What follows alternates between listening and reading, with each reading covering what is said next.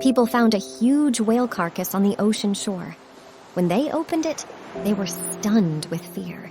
On the ocean shore, the lifeless body of a female whale lay, along with her calf, in danger. On one of the small city beaches, there was a massive whale carcass spread out on a narrow strip of sand covering the horizon. In the early morning, Dan saw the animal. The man was used to walking his dog along the shoreline at dawn every day, regardless of the weather. Dan walked a small section of the coast of his native island, and although Scotland had a pretty harsh climate, the man walked in any weather. The only thing that always annoyed him was the rubbish. The sea waves brought ashore a huge amount of plastic bags, bottles, rubber and metal parts of some products, scraps of nets, all of which lay along the beaches and spoiled the appearance of a well-kept and green island. Therefore, many residents, like Dennis, went for a walk with garbage bags. They collected all the unexpected gifts of the sea and took them to the sorting station in the city. From there, the garbage was taken to the central island for recycling or disposal. And then, when Dan came once again to play with his dog and collect a new bag of waste, he came across a whale carcass. The animal's belly looked enormous against the backdrop of a small beach. The creature lay motionless, and it was not clear whether it was alive or not. Dan called a rescue team to help the sperm whale return to the sea.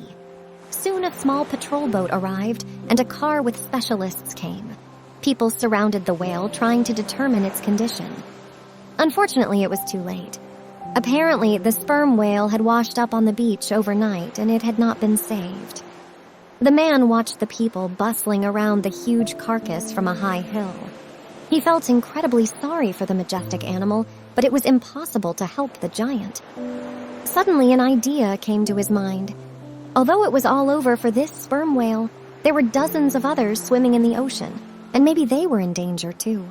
The striking image of this animal might help save them. Dan quickly found his classmate's phone number on his phone. They used to run around this beach as boys and plan a round-the-world trip. They even built a raft from the planks washed up on the sand and empty cans and sailed on it as sailors. The boys were dreaming about the sky and the sea, so they couldn't control their means of transportation. The current carried their raft in the direction of Iceland.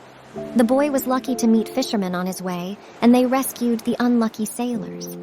He began to study marine creatures and succeeded greatly in his research.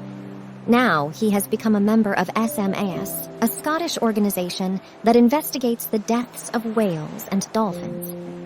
Dan impatiently tapped her shoe on the ground as long beeps sounded from the receiver. Finally, a sleepy voice came through. "Not that I'm not glad to hear from you, but not so early," Christopher croaked. Lost in his thoughts, he had completely forgotten about the time. It was early morning in the capital where his friend lived, and no one was up yet. The man quickly apologized and told him about the sperm whale they had found. This intrigued Christopher, who promised to come soon with a team. And indeed, within a few hours, people in SMS jackets had taken over the beach. They measured the whale, argued about something, made phone calls, and were very excited when Dennis came back to the beach. Christopher came out to meet him, shook his hand, and gave him the news. "We had to do an autopsy to find out why the sperm whale beached itself. You know, we've seen a lot of things, but we were shocked by this. Its stomach was full of garbage. Fishing nets, gear, plastic, and polyethylene, you name it. The local fishermen helped us weigh the pile of trash. It was 118 kilograms. Can you imagine? The sperm whale beached itself because of the garbage it ate?" Dean asked. "We can't say for sure," Christopher shook his head. "Usually, whales are scared off by loud underwater sounds, so they leave the water. But this time, it could be an obstructed stomach. When the animal realized it couldn't eat, it swam toward the island. The situation is very bad." "What do you mean?" the colleague asked. 10 years ago, about 200 whales beached themselves on a Scottish beach. Last year, their number exceeded 900, and many of them were calves that got tangled in nets."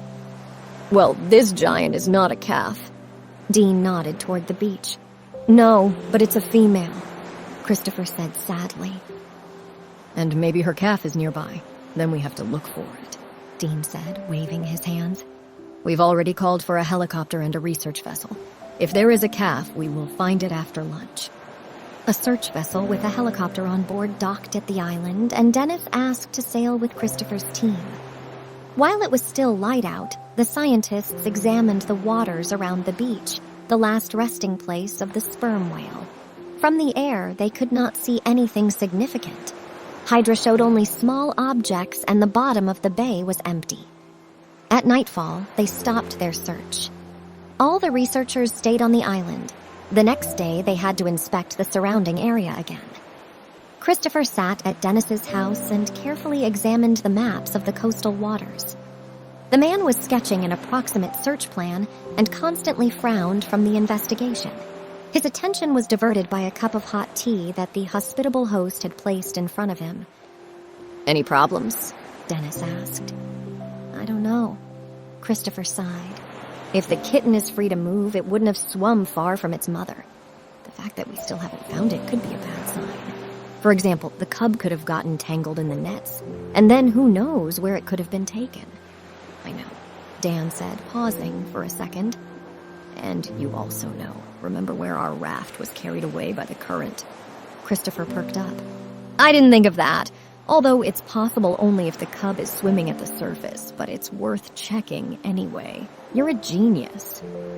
The next morning, the men recalled the details of their childhood adventure, actively helped by their parents and local elders, fishermen who brought the little conquerors of Maria home. The stories of all the eyewitnesses were different, and even acquired a fantastic hue, but overall they managed to build an approximate route. The boat set sail again in search of the kitten. When the vessel reached the open ocean, a helicopter took off into the sky. It felt square by square until it found the little sperm whale. The kitten was carried away by the current and could barely move its fins. The animal's tail was entangled in a fishing net, which prevented it from moving freely, and the sperm whale could not free itself.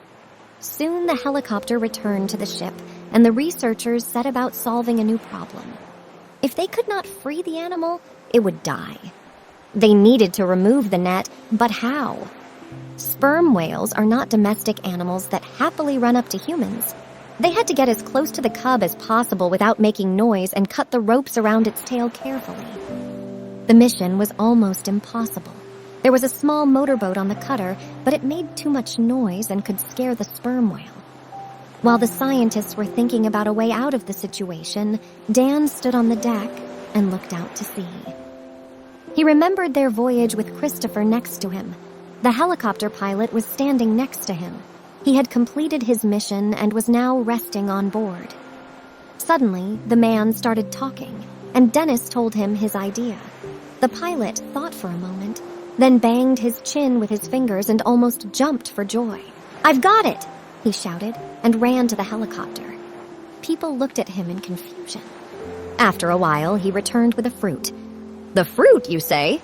Christopher asked incredulously. "It's not just any fruit," the pilot replied, holding up a pomegranate. "This fruit will save the cub's life." The man explained that sperm whales love pomegranates, and that if they throw the fruit near the kitten, it will come closer to them, and they can free it from the net. The plan worked, and the researchers freed the cub. Suddenly it dawned on him that this was the evacuation fleet. The pilot nodded in excitement, rubbing his hands together. "Excellent! You guys got it ready. We need a few strong men and sharp knives." The pilot pulled on an inconspicuous cord, and a spacious pod immediately opened on the deck. Christopher and a couple of other strong men from the scientific company began looking for cutting tools. Soon, the watercraft were lowered into the water, and all the members of the rescue expedition took their places. As soon as the pod was untied from the boat, it was swept away by the current towards the whale calf. Meanwhile, the boat drifted away to avoid interfering with the rescue operation. It was not difficult to reach the sperm whale. As the helicopter pilot had said, the calf lay on the surface of the water motionless. The scientists were alarmed by this, and they didn't want to be too late after so much work had been done. As soon as the pod approached the whale's tail, 2 men immediately grabbed the ropes and tied them down. They secured the pod and leaned over the inflatable sides, risking tipping over. Their hands became numb, even in protective gloves, and the ropes seemed to become even stronger. But gradually, the work progressed, and the nets began to give way. The scientists were only able to cut through 1 layer of ropes when something unexpected happened. The whale apparently sensed its impending freedom and began to move. It flapped its flippers along its entire body, sending shivers down the scientists' spines. Then the tail slowly began to rise, and the men on the platform first froze, then frantically rushed to cut the ropes tying the nets to the pod. The last rope snapped during the whale's tail lift above the water, drenching the boat with cold water as the animal plunged back down. The sound of the helicopter could be heard by the scientists on board as they watched the whale actively move under the water. Apparently, the men managed to cut the tight rope that had held the tail captive. The calf made a couple of fin strokes and managed to shake off the restraints, which then sank heavily to the bottom. The whale playfully swam away while the rescue team held tight to the boat's rails, waiting out the artificial storm. Once the whale disappeared into the ocean, the rescuers' boat arrived to take them back to a warm bar on the island. The scientists rejoiced at having saved the life of the majestic ocean dweller. There was still a lot of work to be done to combat ocean pollution, but at that moment they felt like victors.